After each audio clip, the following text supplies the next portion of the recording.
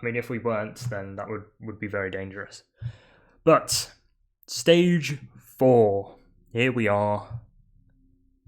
It's all underway, and we have a breakaway, thankfully. It's 4 riders. One of them is Lenny Martinez, who looks very much out of place in this group of 4. Mainly because he's tiny, and he looks out of place in any group of rouleurs at any level. Weirdly enough though, he is furthest down the general classification of this front 4. And by the gap that the peloton have not given them, then none of these 4 are going to be moving into the virtual lead of Tadej Pogacar, of Mathieu Van Der Poel, maybe spoiler there, Mathieu Van Der Poel's general classification, with Kasper Asgreen the nearest at 3 minutes 32. Tomasz Gachinard joins him in the breakaway at 4 minutes 11. Jonas Abrahamsson at 5:58 and Lenny Martinez at 14 minutes 24 complete the breakaway. So a quartet up front, and a quartet that will have to wait for Lenny Martinez, or go at whatever pace Lenny Martinez goes at, with a breakaway, especially at this point in the race. You can only go as fast as your slowest guy, and Lenny Martinez is going to be the slowest guy in this breakaway. Gachinard, his fellow Frenchman, is a very good rouleur, albeit not to the level of the 2 Scandinavian riders that accompany him. Kasper Asgreen needs no introduction. An absolute powerhouse of the sport, and Jonas Abrahamsson, a rider who has, as of recent, come to the forefront of people's knowledge, with plenty of inspired breakaway attempts at the Tour de France, including stage 2 of last year, where he finished 2nd, and it is a similar stage that we have in prospect profile-wise today. These 4 have not been given any more than 2.5 minutes because Alpecin-Deceuninck have been controlling, more specifically Sylvain Dillier, who is once again doing his job, and doing it very well. It's all he works for, it's all he does in training, is just keeping a group pinned, and he's got Lenny Martinez to keep tabs on for this stage.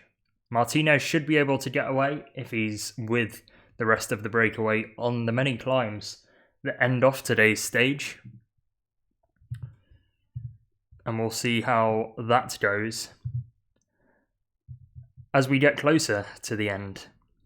But for now, it's relatively flat roads and a relatively constant gap between the breakaway and the peloton.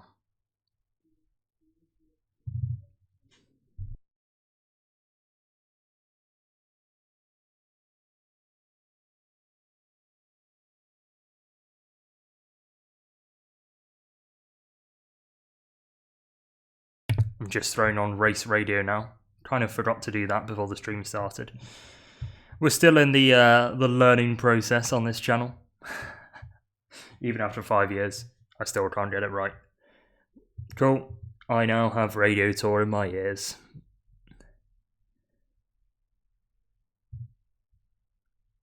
So we've got one rider at the back of the race. Tomasz Gachinard is up front for TotalEnergies. And Mathieu Bergerdo is currently hanging out at the rear. About 30 seconds, just under, behind the peloton. But we've got TotalEnergies jerseys top and tailing the race at the moment. And TotalEnergies finally doing their job, getting a rider in the breakaway. And a breakaway that is starting to up the tempo compared to early on in the stage. And it's Kasper Asgreen that's forcing it, and it's his teammates that are moving up. Led by Michael Waldron, with Harry Sweeney on his wheel, competing with Alpecin-Deceuninck. There is still a while, actually, until the intermediate sprint. So is this just a battle for position, or is there murmurings of crosswinds in the making?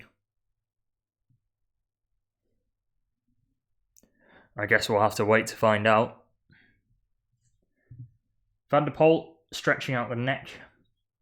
Looks fairly comfortable in the peloton, as do Visma Lease-A-Bike, who have chosen to sit on the train of Alpecin-Deceuninck, who still lead the way. The peloton going over 50 kilometers an hour on the flat roads, with 74.5 kilometers to go on my stream. Now 74.4, and it will turn to 74.3 now. So, in case you wanted to sync up.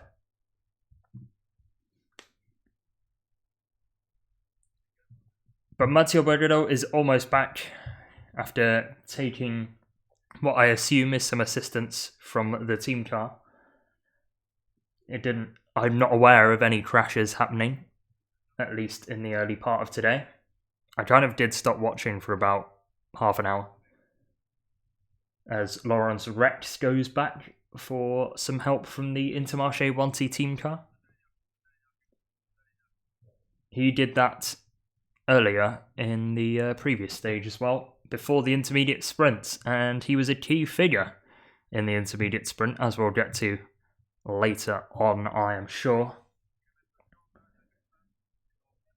But the peloton patrolling the plains, and it's Alpecin-Deceuninck left-hand side of the road who are leading the way.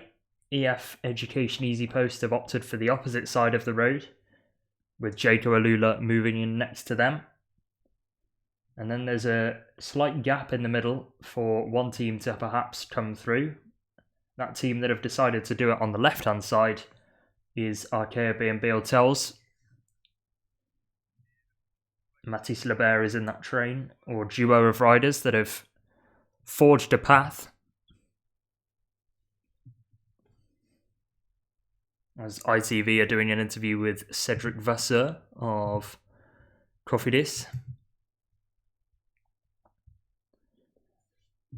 who was, quite rightfully I'd say, a little bit annoyed at the yellow card that Brian Coquard received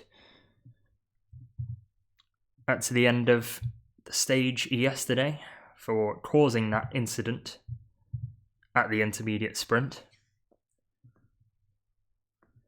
And I'm sure he's making his feelings known to ITV, which is the stream that I am watching this race on at the moment.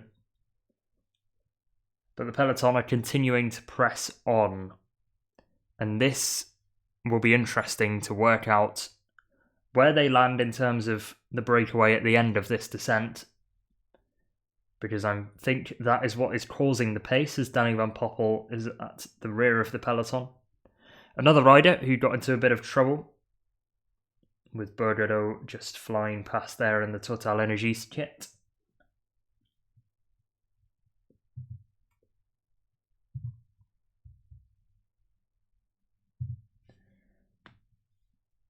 But no, Vasseur is going to be a aggrieved man, as is Brian Coquard, because I agree, and many of the other sports directors agree, that Coquard didn't deserve the yellow card that he received.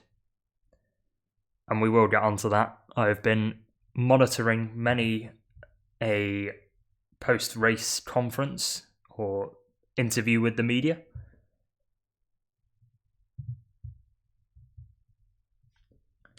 But I agree with his viewpoint, Vasseur, that if we enforce this in the same way throughout every stage, riders will be coming away with more yellow cards than Homer Simpson on his birthday, you know?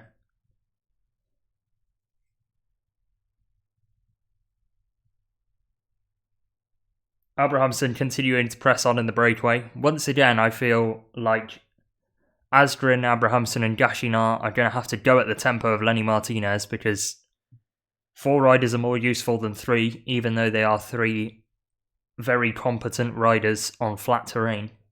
But they have held the gap to the peloton, at least down this descent. And once again, it's a case of calm before the storm in the peloton. who are at the moment flying along the roads of France.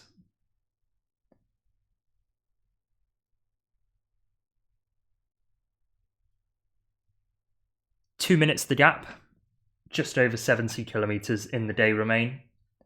And we have had a crash-free race as of now, with Danny Van Poppel still at the rear of the group, joined by Laurens Rex, who is just returning after Intermarché 1T catered to his needs. Also there is Emilien Janier, who is recovering after a hefty impact with the barriers at the end of yesterday's stage.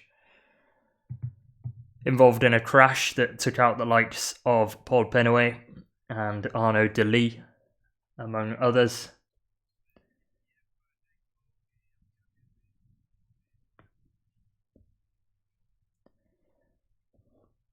But another rider that was involved in that was Danny Van Poppel, so I wonder whether they're having a conversation about the events of the previous day's drama.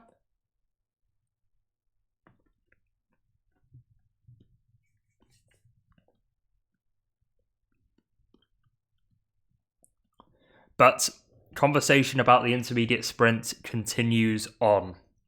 And that is because we've had 3 withdrawals throughout this Tour de France. None on this stage, thankfully. But one yesterday, and it was a very important one yesterday. Jonathan Milan, now in the green jersey, of course, as that was seeded by Belgian sprinter Jasper Philipsen, whose Alpecin-Deceuninck team are still monitoring the front of the peloton at the moment.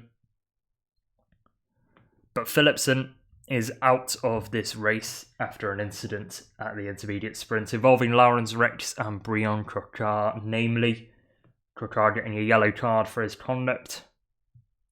And again, I feel like that's harsh. But Coquard's teammate Benjamin Thomas at the back, with Tudor Pro Cycling, who have been very quiet so far, not getting into any breakaways.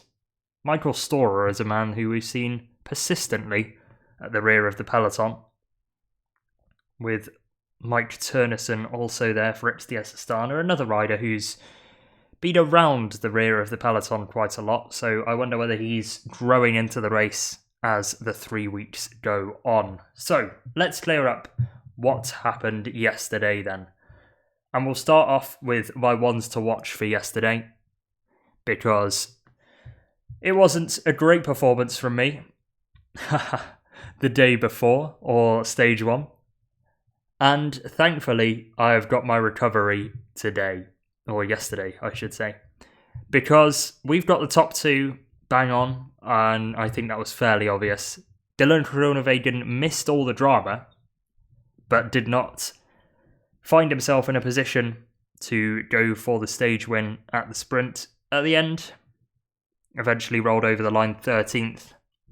Not too well positioned by his Jayco Alula team, which was why I picked him, because I thought the likes of Luka Mezgec and Elmar Reinders could have done a better job than they ended up doing. But I am chuffed that Tim Merlier finishes first and Jonathan Milan finishes second. So who have I got for today then? Here are my predictions. It's a hillier stage, so it's all change in the ones to watch column. And I've gone Tadej Pogacar. Now, I picked him at the start of the Tour de France for this particular stage to win it. And I'm going to continue to back that pick. And that's why I've got him front and centre of the ones to watch. The man in the centre is the rider that I picked for the stage win. And then the 2 riders next to them are ones that I'm keeping an eye on throughout the stage, or ones that could throw up a surprise. Now, Mathieu Van Der Poel is going to be very easy to point out in the peloton, in his yellow jersey. And it's fairly obvious as to why I've picked him. Stage 2 is a very similar stage to this one, and Mathieu Van Der Poel dominated the field on that particular stage in the sprint. Pogacar tried to come around him, of course, but could not get to the line first, and Van Der Poel took the yellow jersey and the stage win. But I'm keeping an eye on Matthias Stjelmoser on this stage. Could throw up a surprise for Lidl Trek. Because in my eyes, this stage is incredibly similar to last year in Italy on stage 2, where we saw that entertaining battle between Tadej Pogacar and Jonas Vingegaard, the first of their skirmishes at that tour. And the climb is very similar. It's super narrow, the final climb I should say. It's super narrow and very difficult to move up. And who were the team that were in prime position at the start of the climb last year? It was Little Trek and it was Tom Stroins. And I think Tom Stroins has the capability to position Skjelmose very well again at the end of this stage when it matters. But what did matter yesterday was the withdrawal of Jasper Philipsen. This is me just clearing up everything that went on in yesterday's stage. So we've had 3 withdrawals at this Tour de France. Stefan Bissegger and Filippo Ganna fell out of the race on stage 1. Ganna and Bissegger both fine, but nursing small injuries. Jasper Philipsen, a little bit larger of an injury. Broken collarbone and 1 to 2 broken ribs that he suffered at the end, or in the middle, shall I say, of yesterday's stage, in an incident at the intermediate sprint, and an incident that is still being talked about by lots of people in the media, kind of including me at this rate. But that is everybody that has withdrawn from the race, which means the general classification now looks like this. Same as yesterday in terms of your top 6, but now Jasper Philipsen has disappeared out of the top 10. So Blackmore moves up to 7th, Tobias Johannesson into 8th, Ben O'Connor into 9th, and Emmanuel Buchmann moving up plenty of places into the top 10 for Cofidis. Little outsider pick there, and nice to see Buchmann back at a high level after missing out on the tour last year and doing a public call out to his Red Bull Bora Hansgrohe team that they should have picked him. He has been picked for Cofidis for this year's Tour de France after a fairly mundane start to the season.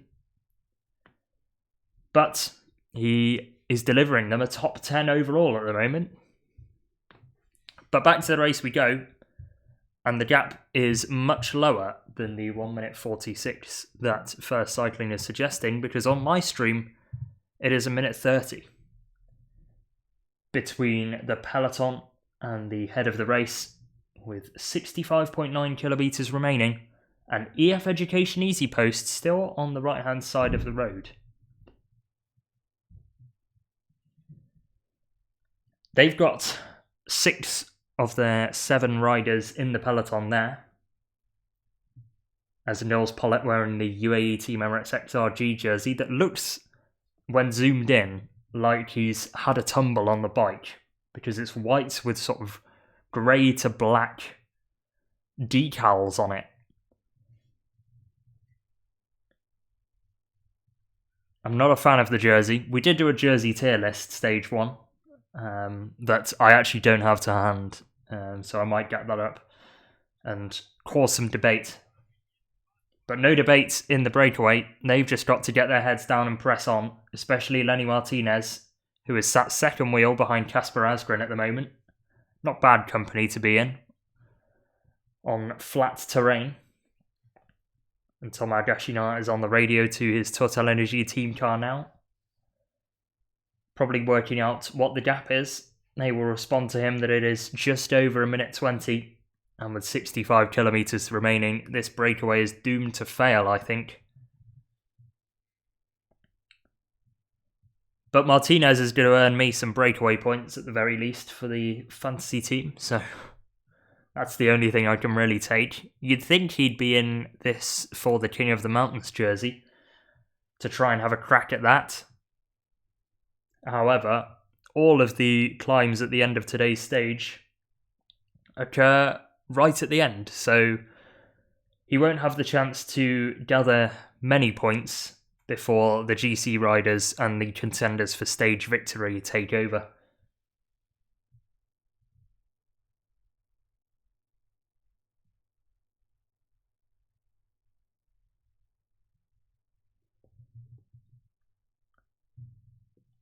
Martinez now on the front then, trying to get as aero as he possibly can. He is not quite Remco Evenepoel and his aero bullet nature. But he does hold less weight than Remco, which will serve him well when the road goes uphill. But he's still got around 20 kilometres of flat road before any uphill occurs of note.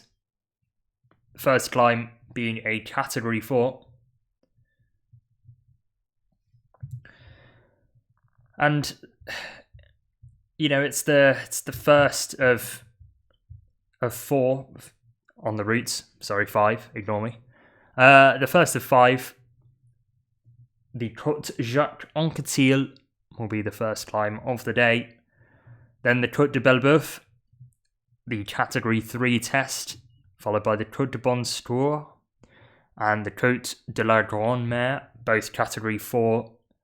And then the Rompe Saint-Hilaire, Category 3, and it is a very difficult climb indeed. 12% average for 800 metres, and a real test for the legs. As Luke Plapp gives a push to his former Ineos teammate, Carlos Rodriguez, at the back of the peloton.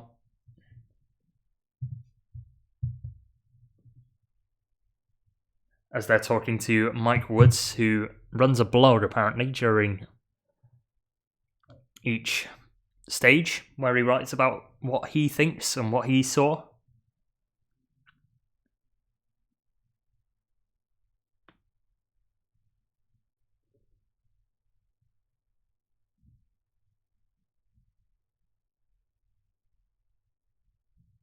He does sound like he's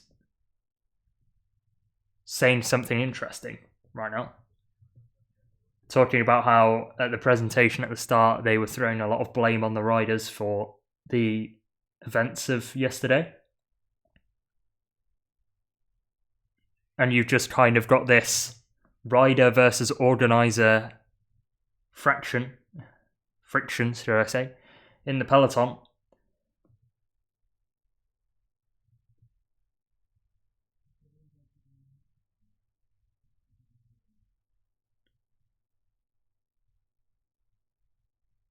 And he's just said that he wants to get rid of the relegation system because it causes more crashes than it prevents, which is a very interesting take.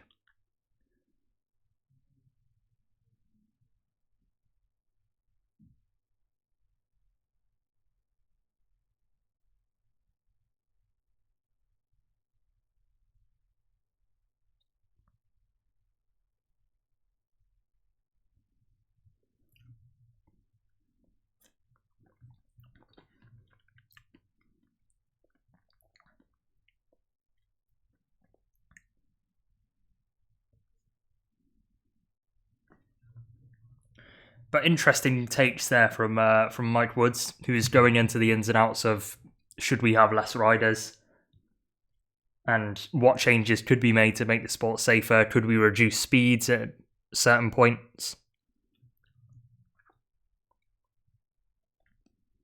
And I think he is one of the more interesting riders to put across that viewpoint because he's not necessarily been in the sport for a while and he's got, you know, experience from running that he can perhaps move into cycling. He's also an older, more experienced pro who's seen a lot more in their life, really, in sport, as has the likes of Geraint Thomas and riders such as those who I think have a little bit more weight when arguing about this issue. But pretty intriguing takes from Mike Woods, the Canadian on Israel Premier Tech.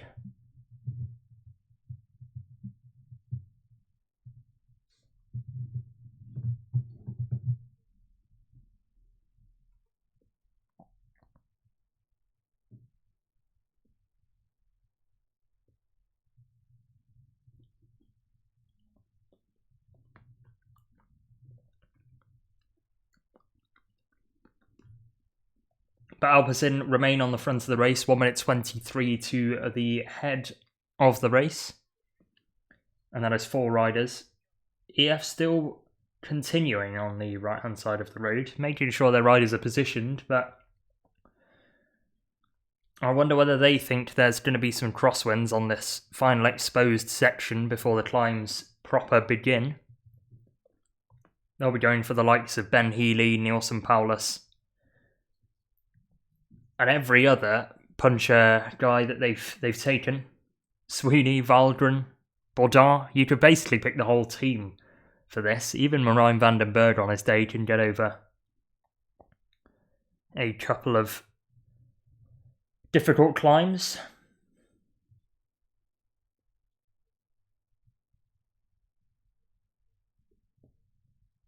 But the peloton is pressing on in their pursuit of the breakaway, and the breakaway is pressing on at the front of the race.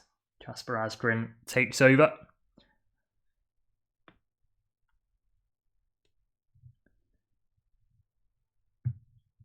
And would they be taking harder and longer turns, the rouleurs at the front, to make sure that Lenny Martinez stays in the group for as long as he possibly can? They must be able to back themselves to beat him when the road goes uphill as well. After Martinez has spent so much energy to get into the breakaway and be a part of this move,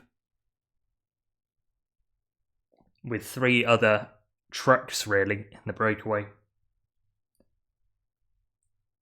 Abrahamsen and Kasper Asgreen especially. Asgreen with a palmarès littered full of results at the highest level, and as a Tour de France stage winner as well, let's not forget. The only one in this breakaway to have won a stage of the Tour de France.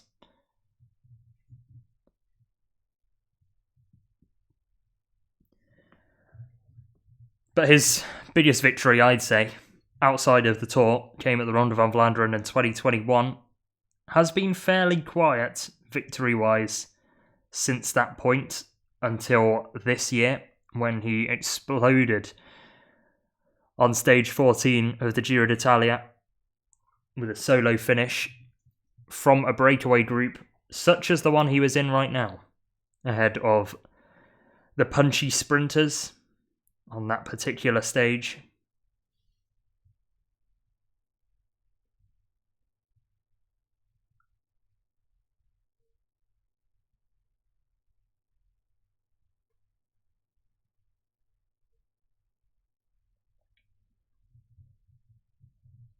One minute 35 they have on this breakaway on the peloton, should I say, and a peloton that are constantly getting help from team cars for various mechanicals, or if you want some nourishment.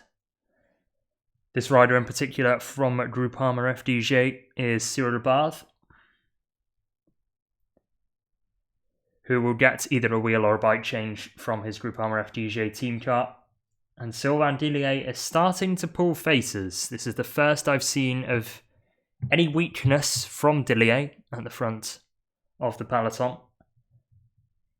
And Ben Healy, on a pre-stage interview, did discuss that if he saw weakness from Alpecin-Deceuninck, that might be the time to try. Of course, they have a satellite rider up the road in Kasper Asgreen, who could certainly do a job for a teammate if they attacked very early. Cyril Barth is back on a new bike and will be making his way through the convoy onto the peloton. And he should do it fairly sharpish because we are approaching the Côte Jacques-Anquetil, the first climb of the day, and that is when things will get serious. Certainly on the descent beforehand as well. It will be important for the GC teams and the teams with riders that want the stage win to position themselves at the front of the peloton. And that battle for position will probably bring the peloton much closer to this group of 4 up front.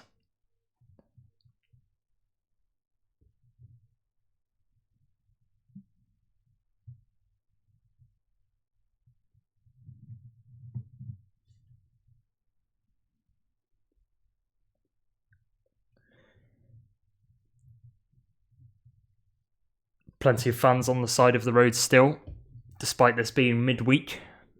in France. And we have an acceleration, at least for a feed or a bottle. I thought Alpecin were going to throw a rider up the road there. Would have been interesting to see what the response would have been.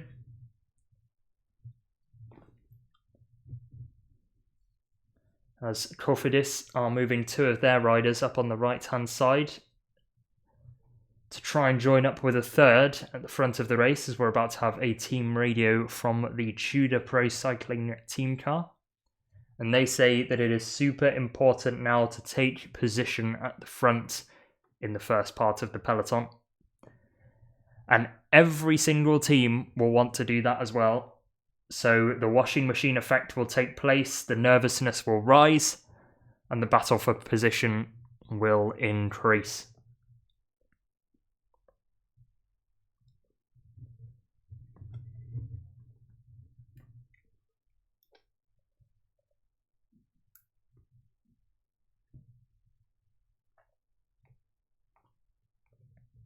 You've got team radio debate at the moment on the British feed,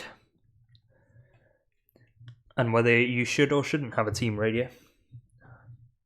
Jonathan Narvaez, there with the feed bag, will be chucking that one off to the side of the road once he's finished it. Either that or going back to the team car. But Astana have a couple of riders towards the back as well, most notably their leader, Harold Tejada, as well as Davide Ballerini. And Narvaez chucks it to a child and accidentally bowls him over. By doing so. Either way, around about 6 kilometres until we start the first climb of the day. So we might as well get some reaction from yesterday out of the way. Starting with Phil Bauhaus, who finished very well yesterday. Thanks to his persistently good positioning as a rider. Finished third on yesterday's stage. Here's what he had to say. For 2 years now at the Tour de France before, I've been second or third, but I know I'm not the fastest, so I need to be a little bit lucky to win, or that they miss the power. In the end, I was still believing, but Tim Merlier and Jonathan Milan were too strong. And that was probably the most reasoned and rational view of their own sprint and the sprints of the rest of the peloton from that day. Biniam Girmay was very much lost for words, however. He was saying, I think we were riding in hell today. Thanks to God, I'm super happy I finished safe, but every time, all I heard behind me was crashes, and when they happened, my heart rate would go to 300 every time. I'm super sorry for the guys that crashed, including Jasper Philipsen. It's not nice to see someone crash. I don't even know what happened at the intermediate sprint. I saw Jasper Philipsen and Brian Coquart collide just in front of me. I feel super bad for Philipsen. He's an incredible rider, and to see him crash and abandon the Tour de France made me feel very sorry for him. I wish him a good recovery. I had no idea what was going on today. No idea. I'm happy just to finish safely, to be honest. And it was a little bit of a Hunger Games, really, at the front, between the sprinters and the GC guys. A couple of GC guys getting caught up in crashes, most notably Remco Evenepoel, but he seems fine ahead of today's stage. As we have a crash in the peloton, Fedorov, the Kazakh national champion, and Matteo Verchet is also down. Sepp Kuss as well involved in the incident. I'm on a break right now, so I've got no idea.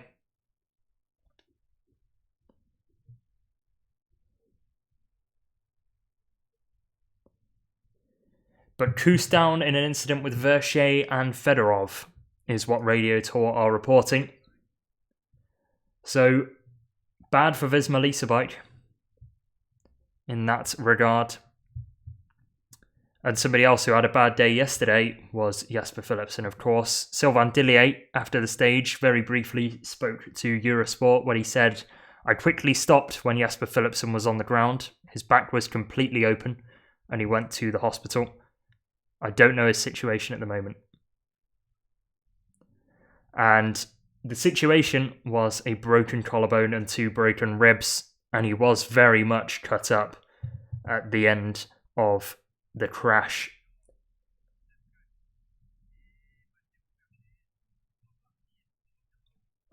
So yeah, lots of damage for Jasper Philipsen, but somebody who did not have damage and was very much a happy man when he crossed the line at the end of the stage was stage winner Tim Merlier, who said, "It was a hard battle, it was difficult to be in position. I lost Bert van Lerberger before the last corner. The team did an incredible job in the last 5 kilometres, and then the wheel surfing starts. In the last 2 kilometres, I fought back from behind to my position. I was in the wind all the time. Only with 500 metres to go, I gained a bit of slipstream, and I know next to Jonathan Milan, it's always difficult to beat him. I'm happy I can take my second win at the Tour de France. At first, I'm sure that I had won, but I didn't put my hands in the air. I was waiting until it was all certain. A headwind sprint is really difficult. No team can put it in one line, and riders always come back.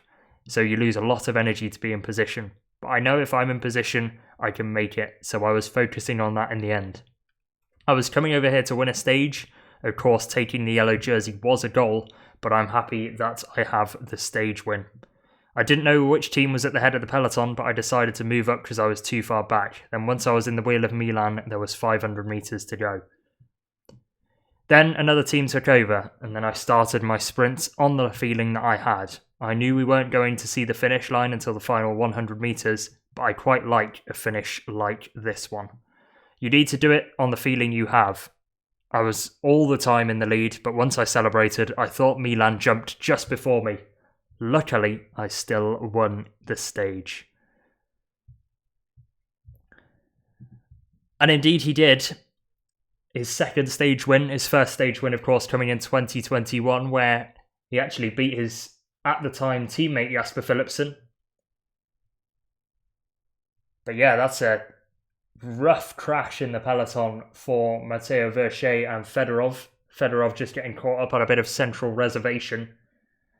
Kuss was a bit of a passenger, and Jonas Vingegaard just about missed that crash. So Vingegaard can count his lucky stars. It was the one time he wasn't positioned fantastically in this stage. And it's a bit of a reality check, I think, for Jonas Vingegaard and Visma Lease-A-Bike, because they were not in good position, and they have paid the price with an incident for Sepp Kuss.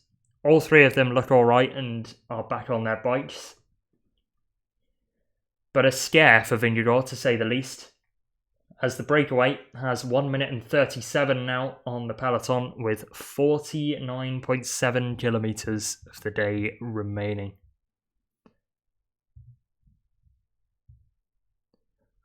And it's a breakaway of 4 riders, Asgreen, Gashina, Abrahamsen and Martinez, that will begin the climb in 3.6 kilometres time. They have it down as 3.5 kilometres at 3.6%.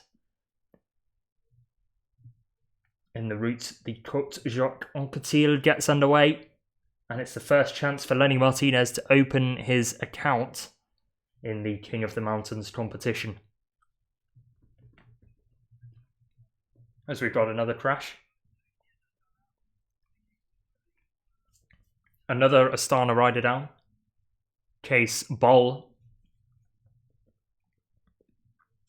And he took out one other rider. So Astana riders getting involved in a couple of crashes in the last few kilometres. Perhaps we will see it on the feed fairly shortly. But Bol hits the deck, which is one of Astana's sprinters. And yes, he takes out, that is a quick step rider. And that is Ilan van Wilder. So Ilan van Wilder ending up in a hedge. And the cause of the crash was a slight narrowing in the road. Domino effect occurs. Riders go down and Kees Bol gets caught up on the wheel of a Picnic Postenel rider. Neither of them took each other out. There were two separate incidents there. But that's what's going to happen. You've got a battle for position for the Côte Jacques-en-Cotil. The pressure rises.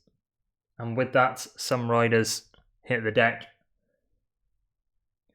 And it's the first we're seeing of Tudor Pro Cycling at the front of the peloton. So they have responded to the call from the team car. And that might be Ilan van Wilder distanced with Pablo Castrillo, who I think was caught up in the crash but didn't go down.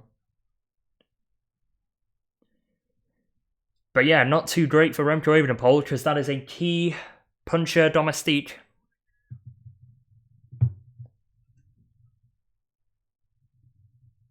Groupama FDJ at the front and centre of the peloton, with Arkea B&B Hotels, Alpecin-Deceuninck going for the left-hand side of the road for now, with Tudor Pro Cycling on the right. Alaphilippe sat third wheel in that train. And do not count him out for the stage.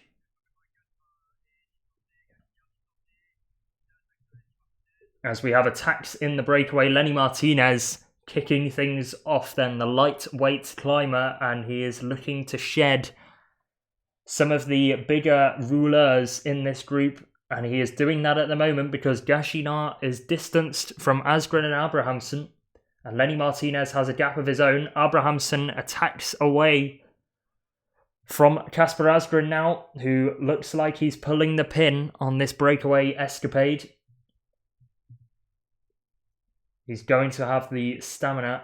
He's the type of guy to hold a consistent wattage and get back to this now breakaway duo as Jonas Abrahamsen catches Lenny Martinez. And let's not forget, Jonas Abrahamsen spent a long time of last year's tour in the King of the Mountains jersey. Hello, Finn, how are you? We're just starting to see some dramas happen in the peloton, with a couple of crashes caused most notably by Astana riders. I assume you've been watching as well as me. But 1.5 kilometers to go until the top of our opening climb of the day, and the breakaway can't really look at each other because the gap is 1 minute 15 and descending to the peloton. And once again, Tim Wellens holds the jersey on 3 King of the Mountains points. So there needs to be some form of cooperation, and Lenny Martinez attacking, it was not a great idea, I don't think, especially now that Kasper Asgreen has worked his way back to the front of the race. Thomas Gachinard slightly distanced, but is just getting back to the rear wheel of the EF rider now.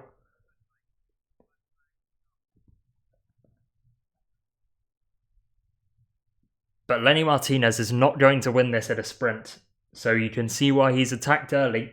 Might have been a little bit too early, because he did get a gap. But the gap did not become a chasm. And it's going to be Abrahamsen against Martinez, I'm guessing, for the King of the Mountains jersey, unless Kasper Asgreen has something in his locker, as Felix Gall is out of the rear of the peloton in the convoy. I'm doing pretty well, Finn. I'm getting back into the swing of the watch along.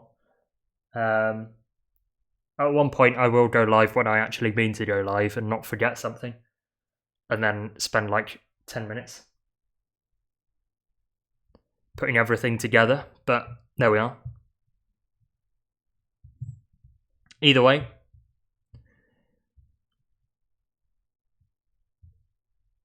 we've still got a fully together peloton, as 400 metres to go until the top of the climb. Jonas Abrahamsen winding this one up for Uno X. Lenny Martinez sat second wheel with Gachinard in third. Gachinard's got a kick on him on his day, and so does Kasper Asgreen, who lights up the sprint. Gachinard gets onto the wheel of the EF Dane with Lenny Martinez third wheel. Abrahamsen electing to take this one up from the rear, as Asgreen continues on the front of the peloton and gets around, the front of the breakaway, and gets there just before Lenny Martinez can make his way around. So Kasper Asgreen showing his experience there, taking the first King of the Mountains point of the day.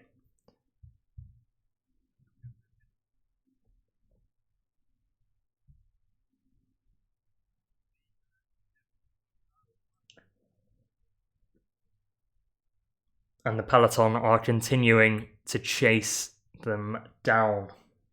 1 minute and 11. How many of these climbs can they make it through, though?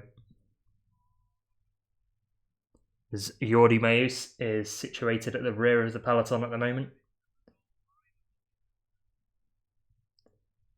Seemingly all riders are back, including Kees Bol and Ilan van Wilder.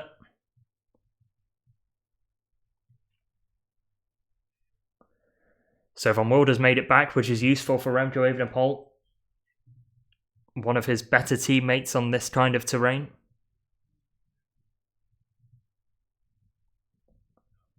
And they will roll over the top of the Côte Jacques Anquetil. Of course, no points for them. Kasper Asgreen taking the single point over the top of the 3.5 kilometre climb at 3.6% average. So that's his kind of terrain. That was less of a Lenny Martinez climb than some of the others we've got ahead of us. But the next climb in particular is the Côte de Belbeuf, 9.1 kilometres average, 1.3 kilometres in length. As conversations were being had between Abrahamsen and Martinez, Abrahamsen forcing Martinez to pace. And at the end, Lenny Martinez did not have it to overtake Kasper Asgreen. Asgreen, of course, with the pure Watts advantage. But I don't think Gachinar's too happy with the conduct of Martinez and the rest of the breakaway, because he was the first rider to be distanced from the little Frenchman's acceleration.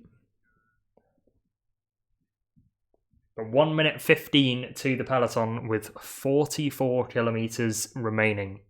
How long can this breakaway continue at the front of the race?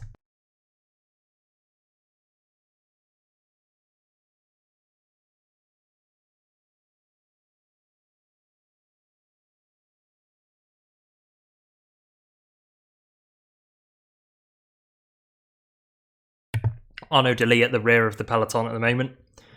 But let's get some more quotes out of the way, because it's going to get very serious very shortly. And the persistent uphill-downhill will start soon. So let's see what other riders have been saying at the end of yesterday's stage. Starting with Jonathan Milan, who finished second and was the bridesmaid of the stage in that situation. Just about couldn't beat Tim Merlier. It was down to the bike throw, but lost by a tyre's width. Milan says, I was the only guy to have a strong lead-out train. I think that's a lie. I think Picnic Postinel did a very good lead-out with Tobias Lund Andersen and Pavel Bittner finishing it off in 5th. But I thought Picnic Postinel were the best lead-out train, but whatever. Milan thinks it's Lidl. It's always important to have guys like my teammates believing in what we're doing and really fighting to bring you there. It was super important. I'm really sorry that I didn't give them the result we were looking for. In the end, we were really close to it, but Tim Merlier won. Chapeau to him, and I will keep trying to bring home the best results. The first days were chaotic, maybe also a bit stressful, but I'm enjoying it and all of the people on the roadside. I am really happy to be here, despite the results I've had and the lack of a win. When the victory is so close, you're also a bit disappointed with the second place, but this gives me some motivation. I know whether we're in a good way, so we will keep fighting. I'm sure that we will have other opportunities. We will see. And we will see was a statement echoed by Philip Rudhoft, the general manager of Alpecin-Deceuninck, who of course had a very busy first 3 days, winning with Jasper Philipsen stage 1, winning with Mathieu Van Der Poel stage 2, taking the yellow jersey with both riders on those particular stages, and then losing Jasper Philipsen on stage 3 in a crash. Rudolph says Jasper Philipsen has a broken collarbone. He's devastated. He's in a lot of pain. I think we can talk about the cause of the incident, That's clear for everybody that the two collided and then Jasper was the victim of that. But I don't think we have to talk about right or wrong. I don't think they did anything wrong. It was wrong that it happened, but I don't think there's anybody to blame. First of all, we have to consult the DSs, riders and everybody involved on what will come. It's awkward for us with Jasper still being in hospital and the emotional impact it's had on the group to already discuss Mathieu Van Der Poel going for the green jersey as if things continue as normal. Everything continues though, and we still have to continue to try and be as successful as possible, but we feel as a group it's better to give it some time and get more information on Jasper's status. Then we can make a plan for all the others here remaining in the tour on how we can continue with this one. And Mathieu Van Der Poel for the green jersey was a discussion point for a few people entering this stage. And I think he'll go for it if he's in a position where he could feasibly win it. But I don't think he's going to try to put himself in a position, if you know what I mean. If he naturally just ends up there by, for example, winning this stage, then I think he'll realise that he's close and go for it. But I think if he's got less than a 50% chance of winning, I wonder if he's going to really bother challenging the likes of Jonathan Milan and William Girmay for the jersey. Either way, we're about to get back to my feed in particular, which is great.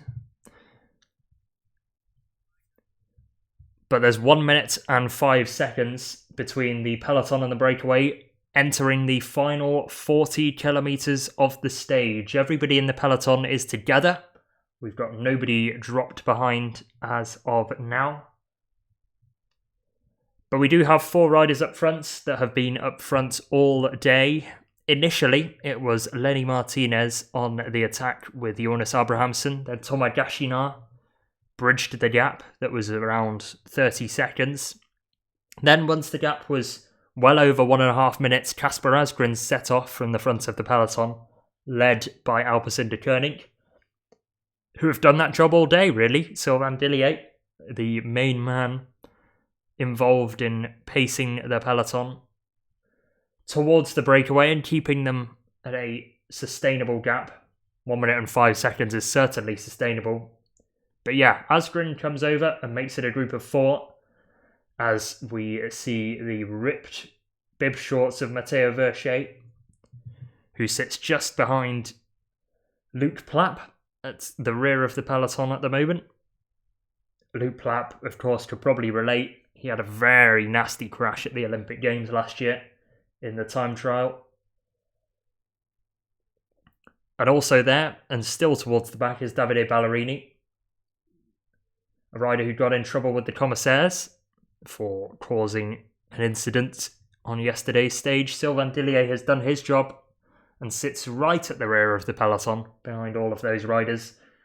While at the front, Tudor, EF, Soudal Quickstep, Groupama FDJ and Alpecin-Deceuninck control the road. So neither UAE Team Emirates nor Visma Lease-A-Bike are at the front for now. 2 teams who have been so often at the front of affairs. But the breakaway continues to press on. They've kept the gap low to the breakaway throughout this stage, but I think the breakaway have been saving some energy by doing so as we just go over the 3-hour mark in the stage, and it's been fairly quick, certainly a lot quicker than yesterday's stage. Yesterday's stage was around 40 kilometres an hour average. Today, just under 45 kilometres an hour. But the time gap has been fairly constant throughout. It's never really dipped below a minute. But it might dip below a minute very soon, because it is very tetchy. Lots of central reservation, narrowings. And this is the first we're seeing of the divider in the centre of the road that has been painted with pink markings. But that divider is pretty constant throughout the stage. It separates the left and right side of the road And because of that, teams will have to pick a side and really stick to it unless they want to bunny hop over the divider. And that might cause some problems. We've already seen Astana rider Yevgeny Fedorov try to do it earlier on in the stage. Not necessarily with that particular divider, but it did not end well as he took out Sepp Kuss and Matteo Verchet. Kuss and Verchet back on the bikes, back in the peloton as well. But we'll fly through a couple more quotes before it gets very serious. And just to finish off the ones at the end of yesterday's stage, we begin with the team that I think had the best lead out yesterday. Picnic Postenel, and the rider that provided it, the main lead out man for Pavel Bittner, was Tobias Lund Andersen, who said, "The team did so well today. We were at the right side and really organised. This was as good as it can get in terms of lead outs. I had to go long with Pavel Bittner in the wheel. Maybe I opened a bit too early, but the guys came from the back. We can be really happy with today, and it shows commitment from the team. We belong in these sprints. When it's such an easy day, you know the final is going to be like this. It's the Tour de France. Nobody wants to see a final where we go at 30 kilometres an hour. We know crashes are part of it. I think Jasper Philipsen did not finish. It's really a shame seeing the best riders in the world not being able to compete on this level."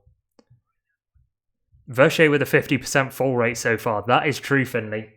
He is not having a Tour de France to remember as of now. But Tobias Lund Andersen will certainly remember yesterday's stage, and I agree with a lot of his statements there. Crashes are a kind of a part of the sport, and he is a young rider, so we will see a viewpoint from a much more experienced rider in the peloton, Geraint Thomas, who had some strong words for the youth of the peloton. He said, "I was just behind the boys, Sam Watson, Axel Laurence and Connor Swift, who was lining up to try and have a go in the sprint, and I was trying to stay out of trouble, basically. It's not nice sat there. You just see everyone going left and right, leaning on each other and almost crashing. You're just like, boys, calm down. It was always going to happen with that headwind. There was a bit of a narrowing, and luckily I was able to brake in time. I stopped and I saw Connor Swift on the floor, so just checked that he was all right. There's no breakaway. Nobody wants to pull into a headwind because that's much harder. Everyone was just across the road and waiting to go in the final sprint. Especially in the last 40 kilometres, you were just waiting for the lead-outs to start, and it's just tense. Everyone wants to be at the front, but not on the front, if you get what I mean. So the pace isn't high. It was chilled all day. A few roundabouts in the final 8 kilometres started to split it up a bit. Everyone's fresh. It's the Tour, isn't it? So everyone wants to go for a stage. It's a bit mad. Today was the perfect storm. Maybe I'm just old and I see the danger more, but I want the guys to just chill." So you've got two contrasting viewpoints there from Tobias Lund Andersen and Geraint Thomas. Both at either ends of their career. Lund Andersen growing into the sport for Picnic Postenel. Geraint Thomas in his last ever Tour de France in his last year as a professional rider. As we get closer and closer to the intermediate sprint, we are not far away, just under 5 kilometres now from the sprint point. And the sprint will be contested, at least at the front of the race, by Kasper Asgreen, Lenny Martinez, Thomas Gachinat and Jonas Abrahamsen. But the sprint teams want to come to the front, and on a descent towards the intermediate sprint point, this could get very nasty indeed. I hope it won't, and I hope that they've learnt after the intermediate sprint incident of yesterday.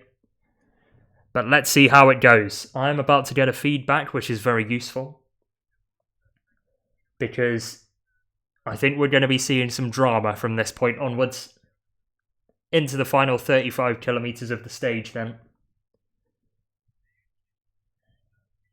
And our awesome foursome continue at the front. Asgreen, Gachinat, Abrahamsen and Martinez, and the gap is at a minute. We will soon hit 2-figure seconds, and there we go. The first that the gap has gone underneath the minute mark. And as a reminder of the points as we enter this intermediate sprint, let me get the classifications up. That is the general classification. Here are the other classifications. Jonathan Milan leads the way on 81 points, followed by Biniam Girmay on 77. Tim Merlier then on 63 points, with Mathieu Van Der Poel in 4th on 50, Turgis on 49, and Jonas Abrahamsen's teammate Søren Vardenskjold in 6th on 46 points.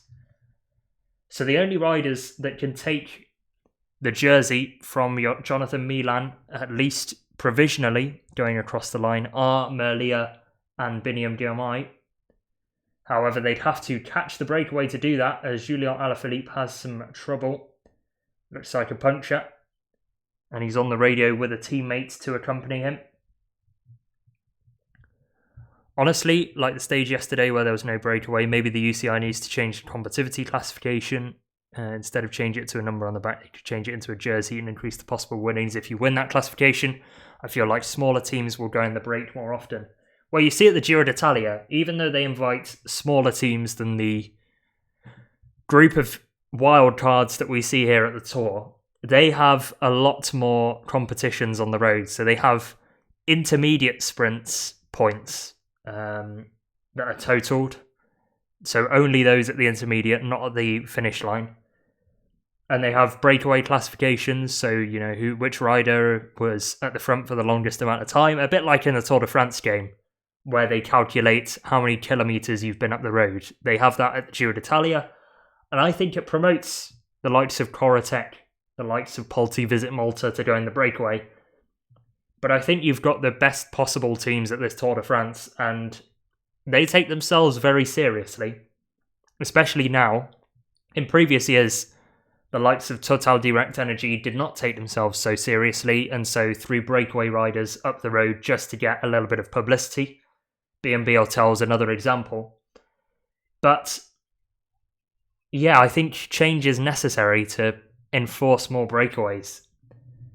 And yeah, I think now racers have to start incentivizing going up the road rather than teams just choosing to do that themselves. Because if you invite the best possible teams, they're all going to compete with each other. So yeah, I agree with your take, Finley. But we're into the final kilometre before this intermediate sprint. The peloton is ramping up the pace, but they are not going to be able to catch our leading quartet, who will fight it out for the 20 points over the sprint line. Jonas Abrahamsen leaving a small gap to Lenny Martinez, so he's about to launch it based on demeanour of other riders that do the same thing. Abrahamsen looks like he's going to get involved, and he is. Goes on the left-hand side. Thomas Gachinar says, I'm not bothering to go with that. You can take the points on your own. And I don't think Abrahamsen has realised that nobody else is going for the sprint. The other three have to now chase back to the Norwegian, who perhaps is going to continue using the draft of Christian Prudhomme's director's car.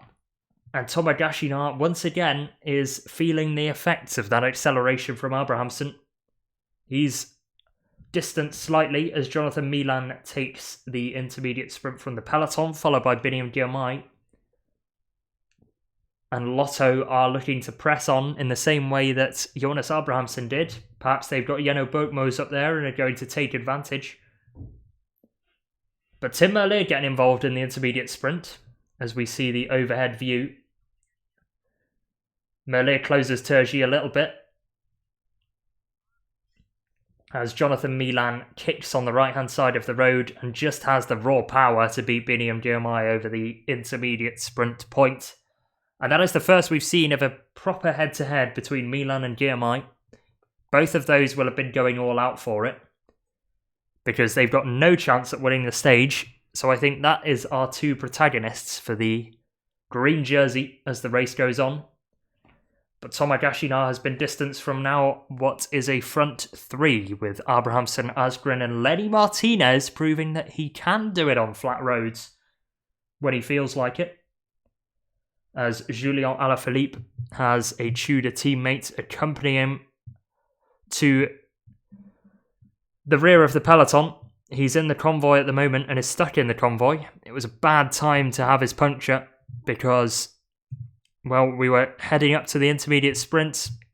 And of course, with the intermediate sprint comes a pace increase. It's Alberto Dainese that's trying to get him back to a feasible position.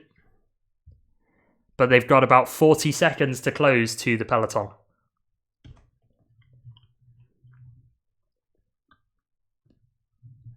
Plus, nowadays, breakaways get way less chances than 5 to 10 years ago, and less incentive to go into it. Yep, I agree with that. The era of the breakaway winner is disappearing. As you see riders like Pogacar, like Van Der Poel, like Wout van Aert that can compete on all terrains. I think with more teams taking themselves seriously, you get more riders in the peloton, more places to protect yourself from the wind, and it just means you're fresher than the breakaway. So it's now kind of these transition stages rather than the high mountain stages which go to breakaways, and that's what I kind of miss. I love a high mountain stage where you have a breakaway up the road and a GC battle as well, and you kind of have both the battle for the stage win and the battle for GC taking place at the same time. And those, in my eyes, are the best stages. But that's personal opinion. And it looks like Tim Wellens is moving himself up in the polka dot jersey, as are Visma Lease-A-Bike, with 1 kilometre to go until the summit of our second climb of the day. Kasper Asgren's gone pop, which means it's just Martinez and Jonas Abrahamsen in the breakaway now. Once again, it's the duo that kicked things off on our first Category 4. This is a Category 3 climb, however, so 2 and 1 points to be given out over the top,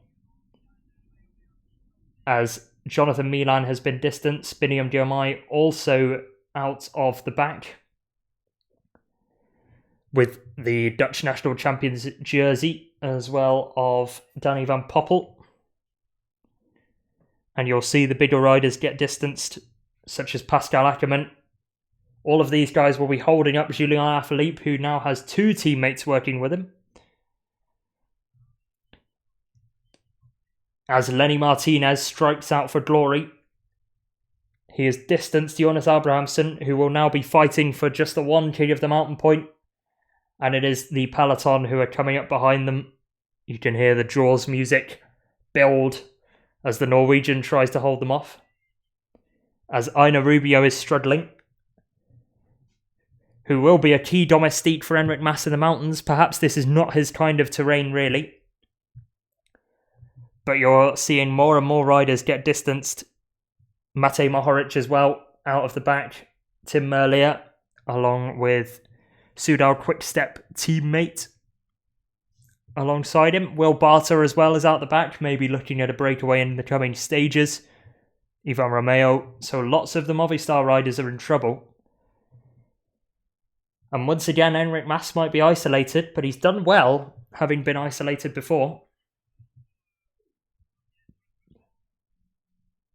As Lenny Martinez continues his escapade and is going for the 2 points to this time open his account in the King of the Mountains competition. Could not quite get around Kasper Asgren to begin with on the first climb of the day, but will be able to open his account in 200 metres time. He's got 20 seconds on a peloton group that have now reeled in the Uno X rider in the breakaway. So he's now been reeled in. As Jonas Abrahamsen, as his breakaway compatriot, rolls over the line for 2 points. And UAE Team Emirates leading the peloton over. Pavel Sivakov doing that as Tim Wellens goes around Sivakov to take 1 point. Moving to 4. And now proper leader of the King of the Mountains jersey. Not joint leader with Tadej Pogacar. And Pogacar will not want the King of the Mountains jersey because he'd have to do extra media that goes along with it, as Julien Alaphilippe is still struggling to get back after his poorly timed mechanical. Elmar Reinders and Dylan Groenewegen in a group that includes him. And Arnaud Delis trying to make it over the top of the climb in a close enough distance. Maybe it's just him testing the legs. But Dainese and Alaphilippe have a large gap to close to the peloton. Well over a minute that they've got to try and get back to the rear of the main group. But Lenny Martinez is away and on his own. He's got a brief flat section before it goes downhill, and then it will be up, and down. All the way to the line where we have a false flat sprint that will take place. UAE Team Emirates on the radio are saying, Tim, take points at the top of the climb. And that was why Wellens made his move on the right-hand side, past Pavel Sivakov.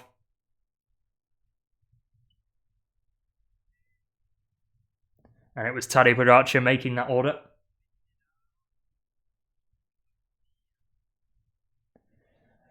So yeah, Pogacar calling the shots for UAE Team Emirates XRG. And does not want to be in that polka dot jersey by the looks of things.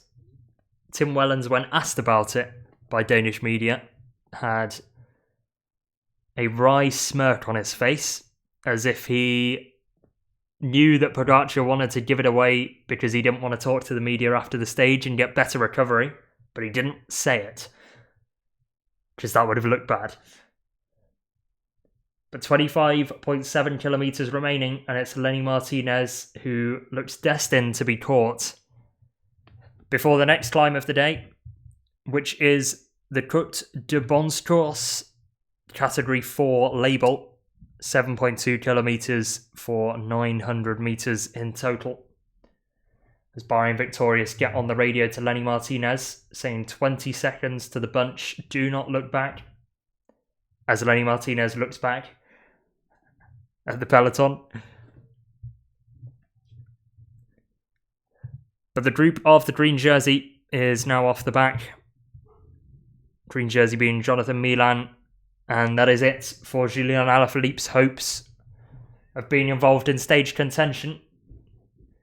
He is 2 minutes and 15 seconds now behind the peloton and has given up on getting back in.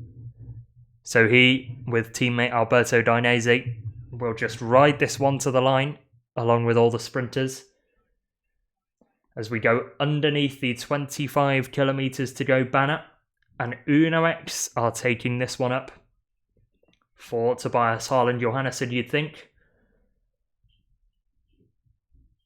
And big crash in the peloton. Big crash, multiple riders down, one of which is Soudal Quickstep. It's not Remco Evenepoel, but it would be a key teammate, I believe. Looks like Parry Pontra, who is very disappointed with somebody.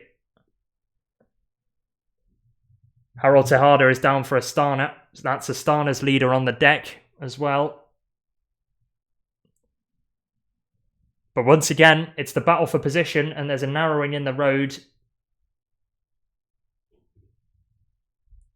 What caused this incident then? It's a narrowing. It goes from 2 lanes to 1 and just an early shift inside.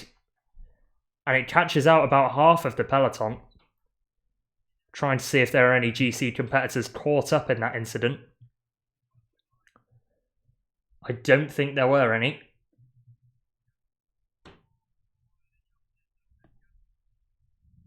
But once again, the mayhem that gets caused by being first into corners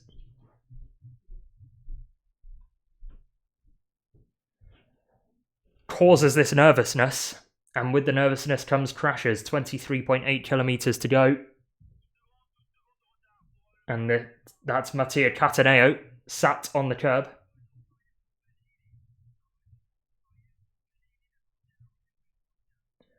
Rear wheel puncture for Ben Healy, which is a very bad time to have a puncture as well. He's joining the Julian Alaphilippe club of poorly timed punctures. Healy, of course, a candidate for the stage win on his day. Performs really well in the classics, and this is very similar to a classics parkour. But Healy with a rear wheel puncture then. 3rd at Liège-Bastogne-Liège, 5th at Flèche-Wallonne, top 10 in the Amstel Gold Race. 4th at Strade Bianche as well. All of these hill classics that have very similar profiles. As Lenny Martinez continues to press on at the front, probably unaware that there's been a mass crash in the peloton. Either way, that's given him an extra few seconds. Astana almost has a 50% fall rate this stage. Tough day for them. Tough day for them. Fedorov's hit the deck. Bowles hit the deck. Tejada has also been on the ground. Mike Turnisson's been at the back of the peloton a lot as well. So I wonder whether he's suffering from some illness or a little bit of a fever. But Martinez is about to be caught by the peloton. And more riders are forming a group at the back who will just roll in. That includes the likes of Julian Alaphilippe, Matej Mohoric, Ivan Romeo as well for Movistar, along with Will Barter, and plenty of sprinters and teammates of those sprinters. Martinez on the descent then. 22 kilometres to go, but he's about to be caught by the pack. Approaching our next climb. 3 to go. Again, it's very important to be in position because each climb will get less and less wide in terms of the road size.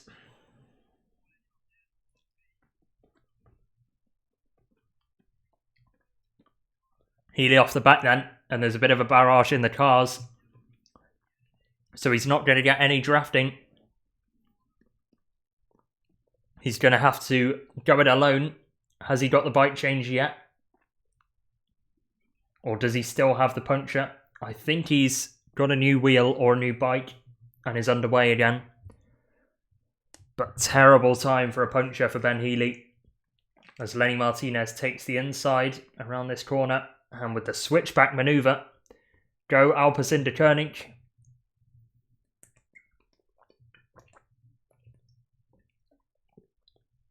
So compact peloton entering the final 20 kilometres. The breakaway has been reeled in. Van Der Poel remains in the virtual yellow jersey. He has done for the whole stage. As Laurence Pithy is the latest to be spat out the back at the start of the Côte de Bonsecours. 900 metres, 7.2% average, and it is Tim Wellens leading the way. Another rider heading out of the back is Connor Swift for Ineos Grenadiers, and Julian Alaphilippe is making his way back in.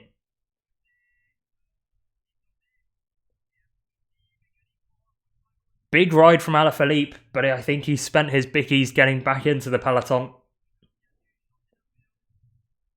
As Alpecin-Deceuninck are battling with UAE Team Emirates XRG to be at the front. Alpecin win the battle for now, but will UAE win the war? They'll be going for Tadej Pogacar. And Jonas Vingegaard is sat on the wheel of the world champion as always, with a couple of Visma riders including Matteo Jorgensen around him. Brent Van Meer on the right-hand side with Oscar on lead. Remco Evenepoel also situated safely towards the front of the peloton.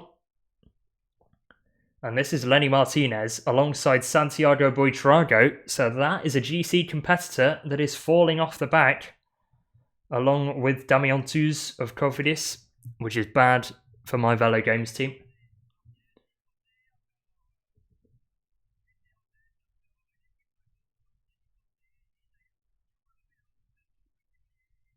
But here come Uno X to the front again. Tobias Harlan Johannesson has organised his troops and the first rider to cross over that line. I can't really work out who that is based on, because the camera's a little bit too far away. But it wasn't Wellens, I can tell you that. Pogacar clearly didn't get on the radio to tell Tim Wellens to take the climb. Either way, the Belgian looks behind him in the King of the Mountains jersey and presses on over the top. So Buitrago dropped for Bahrain Victorious. He's got Fred Wright to try and keep him on the back of this peloton. Elsewhere, Tom Schroen's also not being able to hang on or towards the rear of the peloton. That's a surprise. Although he was involved in a little Trek team that commanded the front of the peloton at the important parts of yesterday's stage. And UAE Team Emirates win the battle into a left-hand 90-degree corner and are going to rip the pace up now. Pavel Sivakov is doing that as Lenny Martinez is off the back now after his breakaway escapade. He will lose yet more time today to the yellow jersey, as Alaphilippe is also distanced. So he made it back onto the peloton, but it wasn't for long as Pavel Sivakov continues to press on at the front. Tim Wellens is on his wheel in the polka dot jersey. Tadej Pogacar right towards the forefront as well, along with Visma Lease-A-Bike sat behind the UAE Team Emirates train. But Alaphilippe is trying so hard to stay on. They've got to get to the wheel of Tom Stroins, and Alaphilippe does have a teammate to try and get him there in Marco Haller. Another good classics guy, getting on a bit, but has had very good classics results in the past, has Marco Haller. So it's crunch time now, and UAE are in command. One Ineos rider getting himself involved, as well as a Total Energy jersey in the UAE train.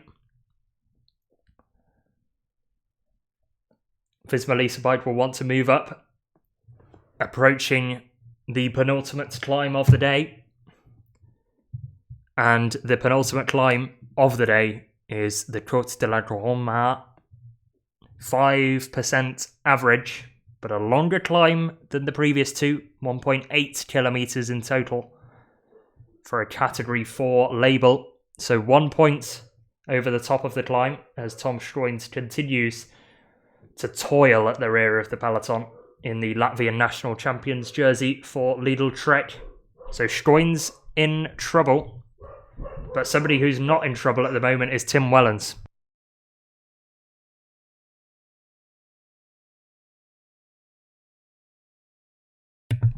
Wellens on the front for this descent. Cuts to one lane here for a left-hander because of mass amounts of road furniture. So it's going to line out the peloton once more. And again, if you're not in those first sort of 30 to 40 riders, it is race over for you. And it is why you get these battles going into specific corners. Felix Gall is another GC competitor who has been dropped with the likes of Harold Tejada. So Tejada's out the back. Nils Pollitt, a useful teammate for Tadej Pogacar, has also gone. So they are well over a minute now behind the peloton and will not be coming back. A peloton that is ever thinning. But some of the sprinters still doing very well to remain here. The likes of Brian Cocard.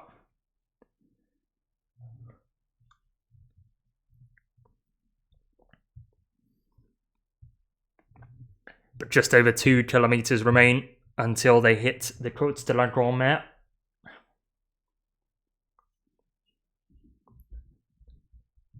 UAE Team Emirates retain control of the peloton and they do not want to give it up.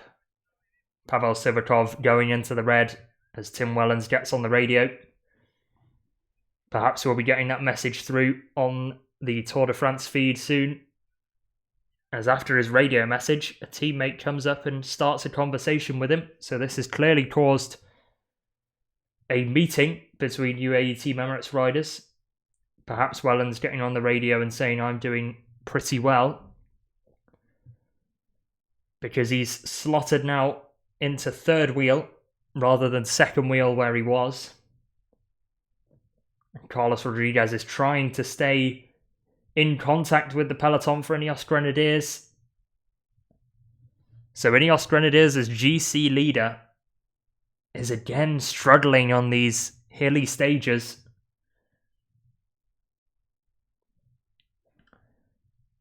And now we are into the final 15 kilometers. The contenders' 4-stage victory will be readying the legs to go boom And this is the first time we're seeing UAE Team Emirates XRG for a while be overturned, and it's Alpecin-Deceuninck that are trying to win the arm wrestle. Mathieu Van Der Poel sat comfortably with Tadej Pogacar, but his teammates, both of those riders' teammates, are battling for position entering the Côte de la Grand-Mare. Not long to go until it begins now, as Ben Healy is trying to get back into the peloton after his unfortunate mechanical. Once again, probably going to be a similar story to Alaphilippe, where he worked so hard to get there. And then once he makes it back, he immediately gets spat out after another acceleration. 13.8 to go. So actually my feed is like 800 meters ahead of first cycling, which is nice. It will mean I won't get the results spoiled. But the Côte de la Grand-Mare, 1.8 kilometers, 5% average. As we've been saying, it's a more gradual rise, and it goes on for slightly longer than the previous couple of climbs.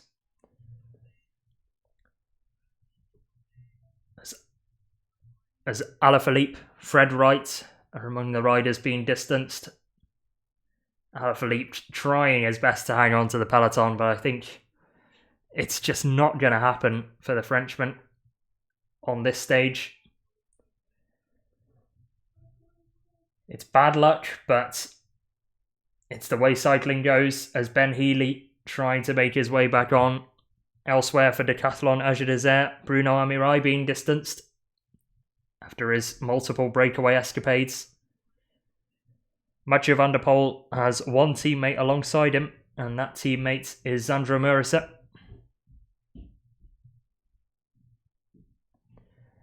But right now it's UAE Team Emirates XRG forcing the pace,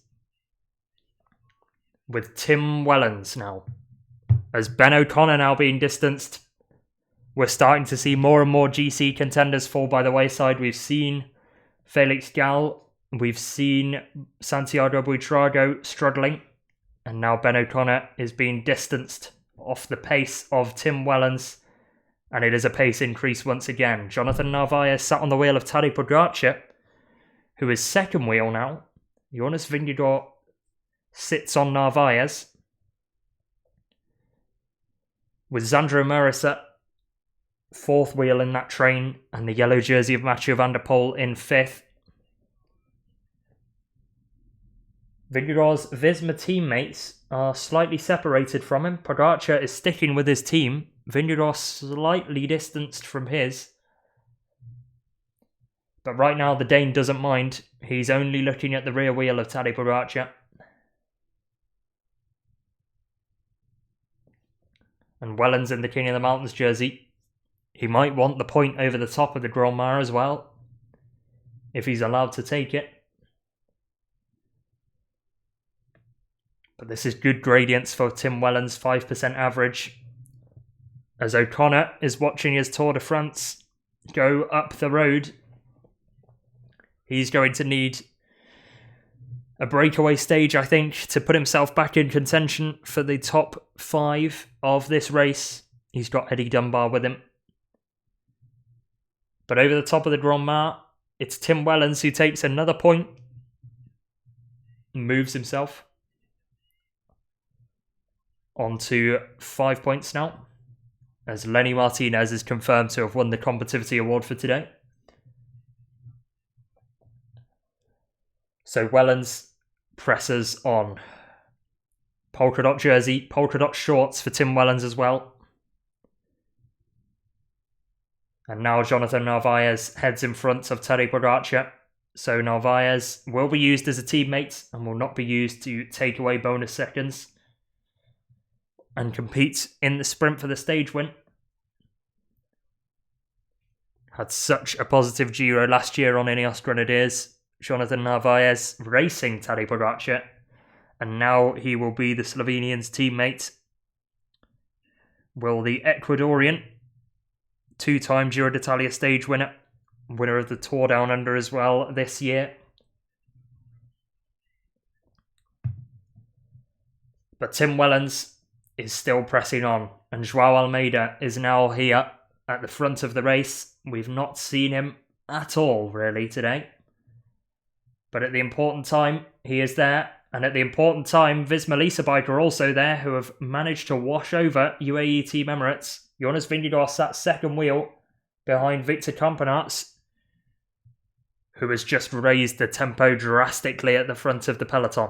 Jonas Vingegaard sat second wheel. Tadej Pogacar fifth wheel, actually, behind Wout van Aert in the Red Bull helmet. So is this a sign that they might be going for Van Aert again today? Or is this a bluff after all they've said in the media about in stage 2 that they were going for Wout van Aert, but then had to change the plan because he wasn't feeling it? Is this another Visma Lease-A-Bike opportunity for Wout van Aert to go for a stage win? As Campenaerts gets into the praying mantis pose on the bike, switches his hand position as he goes over a speed bump, but heads back into the mantis pose, hands over the brake levers. And they've got Tiesj Benoot, Matteo Jorgensen and Wout van Aert there for Jonas Vingegaard as well. Remco Evenepoel elects to go on the right-hand side of the road. Pokes his nose out in the wind. We'll have to try and get some protection shortly as Victor Campenaerts leads the peloton underneath the 10km to go banner. Campenaerts head bowed as he prepares for a left-hand turn. Doesn't overshoot it. And it looks like everybody in the peloton stays upright. And now a right turn leading into a long left-hander. Campenaerts takes well. And once again, the increase in pace will string out the peloton. And that is positive for Visma Lease-A-Bike, who are on the front and can control the tempo with 9.3 to go. And one climb in particular, but it is a very, very difficult test. Arguably the most difficult of the stage, the Rampe Saint-Hilaire. 800 metres, 12% average. 2 points going to the first rider over the top, but I don't think points will matter in the King of the Mountains jersey. This is more about who is there for the stage win. And at the moment, Visma Lease-A-Bike are in command. Victor Campenaerts, with Jonas Vingegaard on his wheel, followed by Tiesj Benoot, Matteo Jorgensen and Wout van Aert.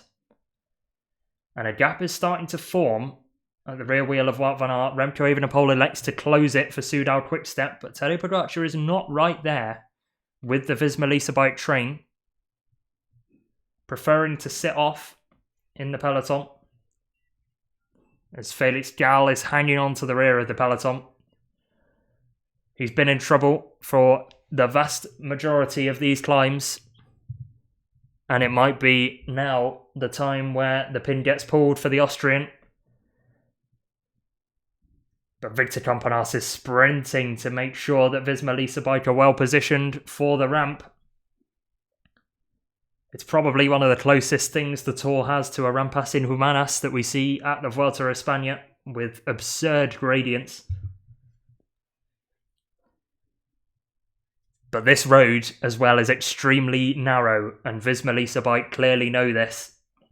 It's so important to be at the front as you enter the road of the Rampe Saint-Hilaire. It's similar in stature to the sort of Murderie in terms of road size. Not much opportunity to move up. And Victor Campenaerts is stringing this race out. Visma Lease-A-Bike all on his wheel. But the peloton is in one straight line. This is not a hard and easy tempo by any means from Victor Campenaerts. As Jonas Vingegaard flicks his elbow out, he wants Tiesj Benoot to get in front of him. Perhaps struggling to hold the wheel of Victor Campenaerts, or saving his energy for when it matters. Kevin Vorkelan off the back.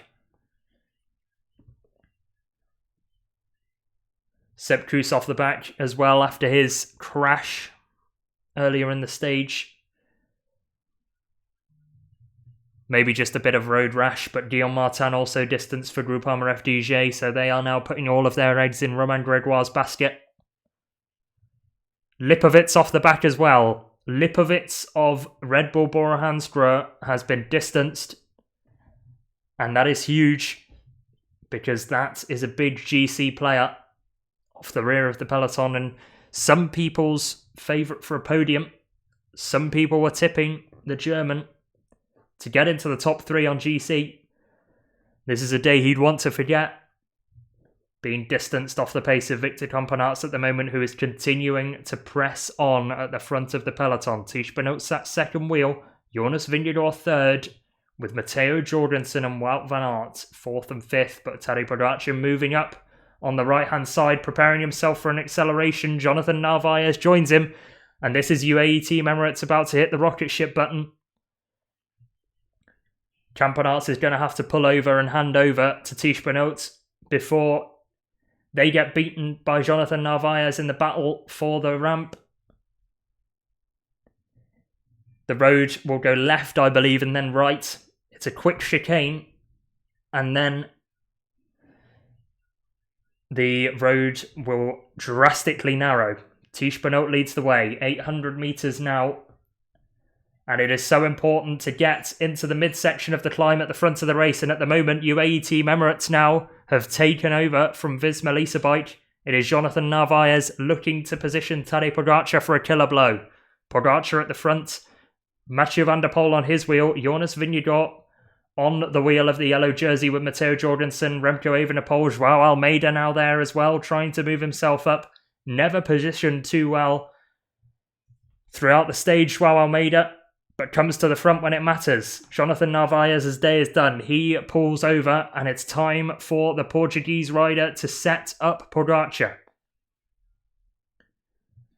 This is mean percentages on the climb now. 392 metres to go. Here's the left-hander and into the right-hander, and the road will narrow drastically. Very hard to move up from this point onwards. Joao Almeida leads the way, and it's Tadej Pogacar that launches the move. It's not a vicious acceleration, and it's an acceleration that Jonas Vingegaard can hold at the moment, but nobody else can. It's the 2 GC competitors away at the front. And I hate to say it, but somebody's predicted this to happen.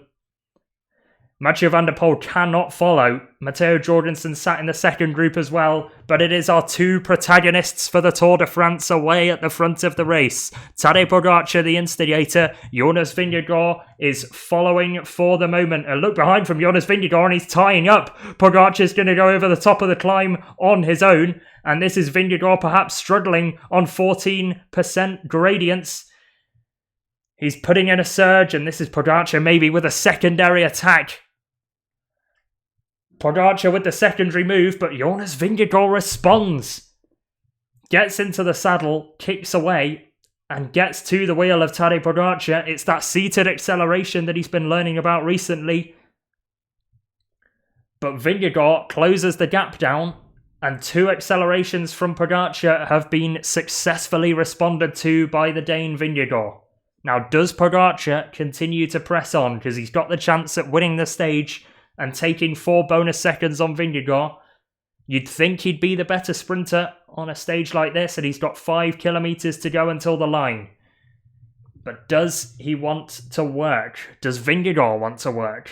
Does he want to distance the likes of Roglic and Remco Evenepoel, who is on the front of the second group? Roglic nowhere to be seen in this second group that includes Oscar Onley. Joao Almeida also there. Mathieu Van Der Poel there too.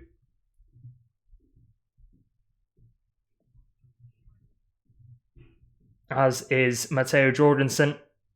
But it is an elite group behind them as well.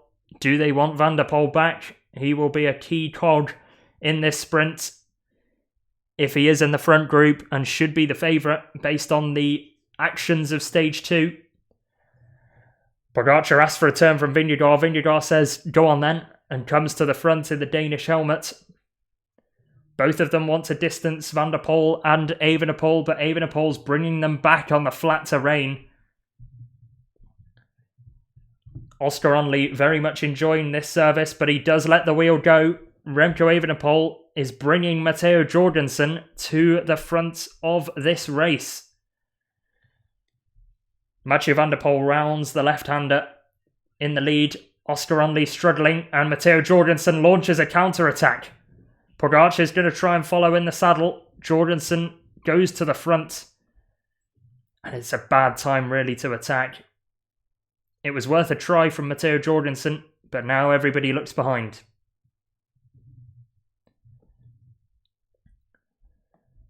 UAE with 2 riders at the front of the race. Visma Lease-A-Bike with 2 riders at the front of the race. Mathieu Van Der Poel, though, in the yellow jersey is the key man to watch.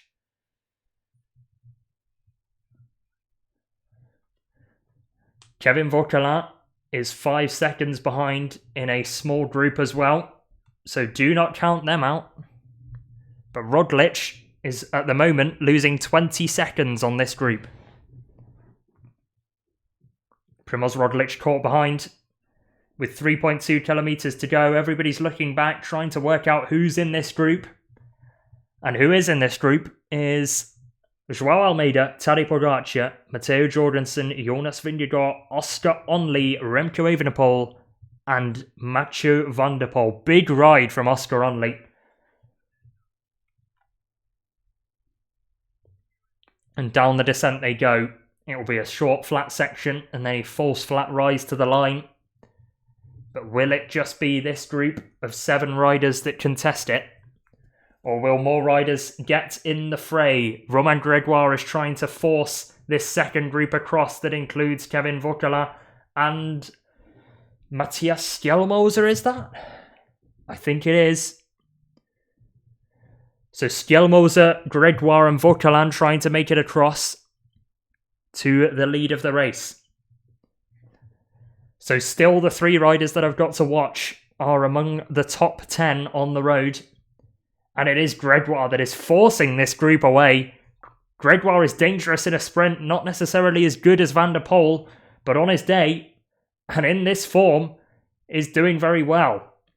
Remco Evenepoel, though, comes to the front, tries an attack on the flat section, perhaps to keep the gap to Primož Roglic in contention for the podium. Not a brilliant corner from Remco. But Remco attempts a move. Says, I am in this GC race as well. As João Almeida closes it down, gets on the radio to Tadej Pogacar, probably asks the Slovenian what he wants. As we enter the final 1500 metres, Almeida leads the way. Remco sat second wheel, Vingegaard third with Matteo Van Der Poel on the wheel.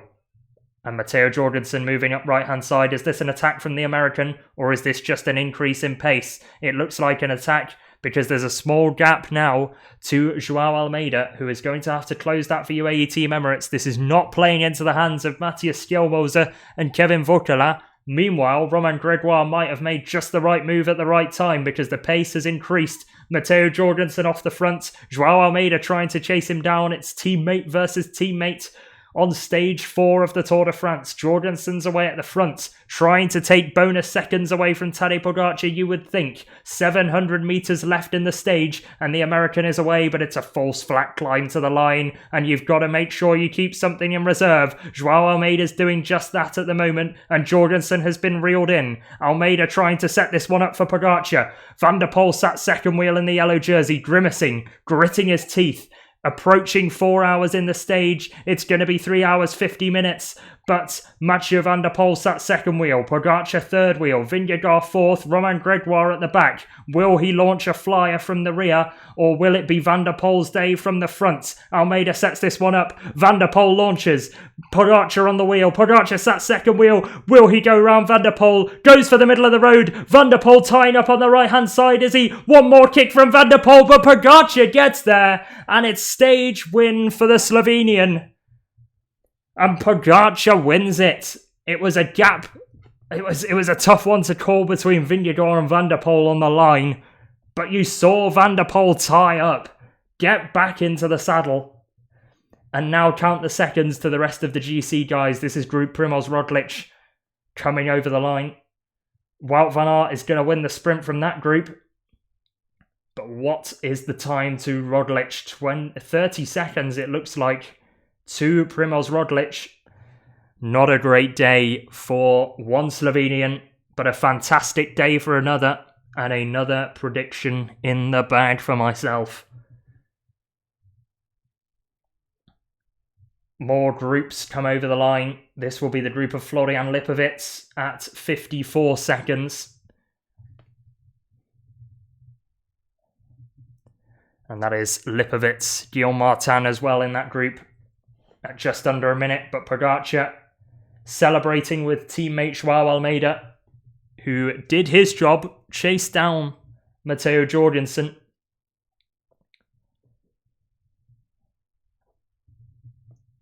And it was a sterling performance from Tadej Pogacar in the sprint. Gets to the wheel of Van Der Poel, gets around the Dutchman, and makes it all the way to the finish as Van Der Poel in the yellow jersey started tying up. I do want to see who ended up finishing second on the stage. Let's check the results page. It was Van Der Poel taking second place. So Pogacar wins the stage and will take 6 seconds on Jonas Vingegaard instead of 4. If Vingegaard had managed to get second place, then he'd have closed that gap to Pogacar. However, Remco Evenepoel, losing a further 3 seconds to the front three, put on a brief time gap by Pogacar's acceleration. Only managed to stick with Romain Grégoire, who was given the same time. Joao Almeida started celebrating well before the line. And Vingegaard just about did not get there. It was a wheel's length in it.